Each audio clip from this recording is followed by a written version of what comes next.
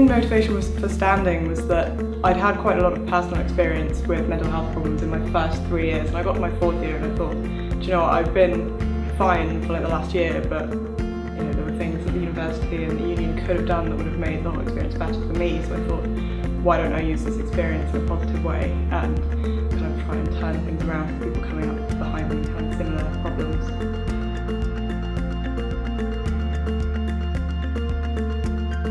So I've dealt with a lot of individual cases, people coming to me with problems kind of big and small, with different ranges of mental health, with medical fitness to practice issues and sort of weird and wonderful things as well on top of that, and a lot of financial worries.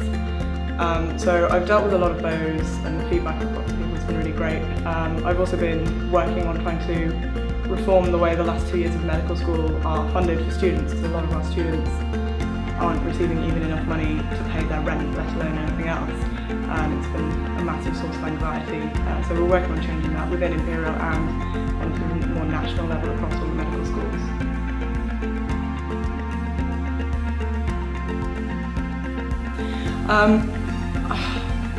I'm not really sure. I remember being really busy around the time of campaigning, and I remember it being a massive blur of running from medical campuses to South Kent to Charing Cross.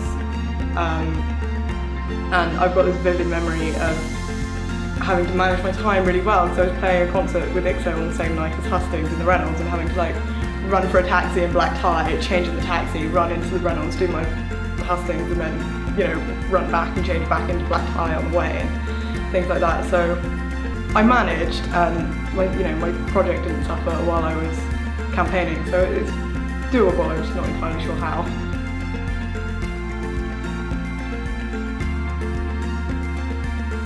I think for a welfare position you need to think incredibly carefully about what your motivation is and make sure that you're doing it for the right reasons. You're not just doing it for some CV fodder, and you're actually doing it because you want to make a difference and you want to be there for people.